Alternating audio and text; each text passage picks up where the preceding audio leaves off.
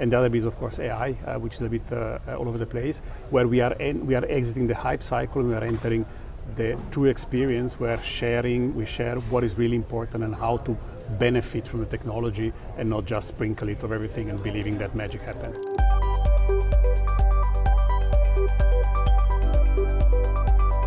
Welcome, I'm Anastasia Kinsky and I'm here at Money20 Europe, Amsterdam.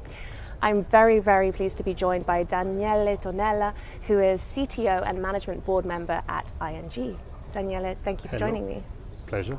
So, you are both the CTO and board management. Can you tell me what that means when it comes to focusing on technology transformation in the company? Yeah, look, essentially it means that we can take decisions in technology terms that are way closer to business than in the classical model where technology just has to do whatever visions come out. And that creates also a lot of maturity in the use of technology. So at ING, the level of technology proficiency in the board is very high, and that allows me to run a technology transformation which is more fundamental, more substantial than just buying tools. It's something we've heard so much about here at the conference, which is this education point, and it may sound patronizing, but we still are sometimes on the back foot of that.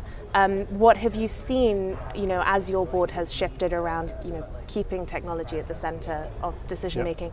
What have you seen as a culture transformation in the organization, and how is that influencing decisions? I mean, that education goes also the other way around. I mean, technology also gets a lot of education on what is important in the macro context for the bank. And that education, that culture transformation, essentially makes very clear the dilemma that we face, where you have parts of the organization that want to go fast and go hard, and parts of the organization like tech that say, well, yes, we can go fast, but we need to ensure that we maintain control, digital sustainability, that we can maintain risk, scalability, that we maintain reliability, all the parameters that are a bit antithetic to speed, right? And that conversation is what makes culture. Well, it's like a smooth gear shift. You've got to have the clutch in the right place. Absolutely. You can't just constantly be going back and forth. So in practice at ING, I've heard you speak about, as you say, this push and pull as a sort of Feng shui of technology. Can you tell us about that a little bit? Yeah.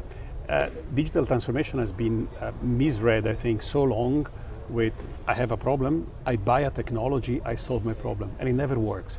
Right? It's more a question of managing complexity, simplification, adopting technologies, using them. And in that universe, the Feng Shui example is the one that says, well, you cannot just buy something on the edge of what you already have.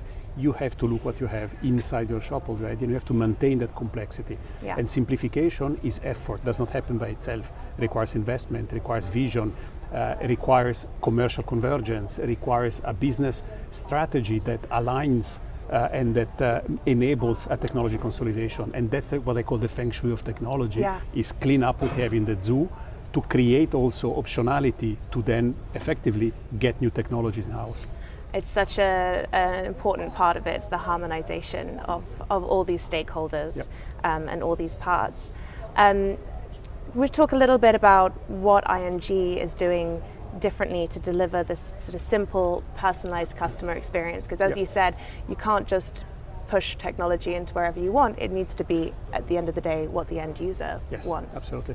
Well, there are a couple of things. We are, besides putting AI in focus, besides scalability, simplification, there is a deep transformation that ING started 8 to 10 years ago, which was given on the one side through Agile. We went full Agile at scale, and we transformed the way we develop software and the way we build our core banking systems. That creates a flexibility that is now facilitating the transformation and the build up on AI.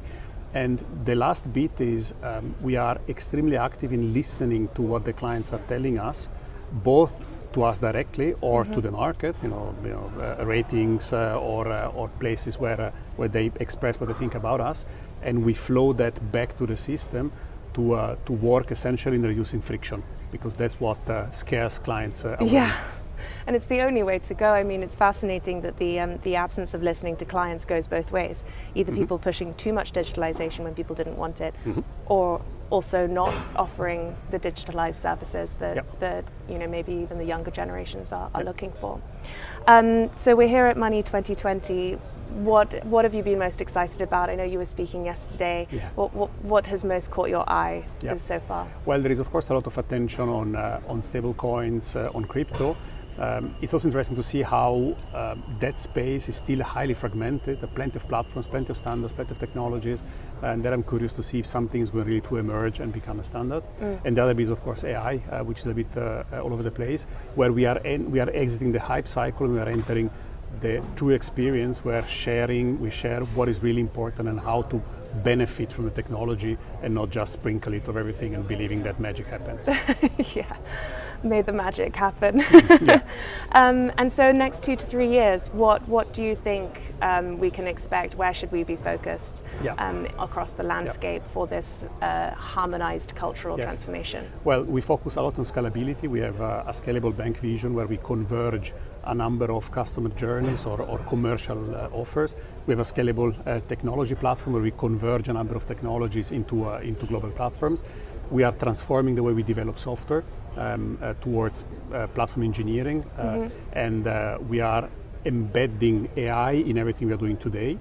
Plus, we are now starting to think, okay, what is beyond using AI just to optimize the process we have today? Where is AI transformational in the sense of reinventing the value chain? True transformation. True transformation, absolutely. Well, thank you. We look forward to seeing further cultural transformation, harmonization, and Feng Shui. Thank you for joining me, Danielle. Thank you so much.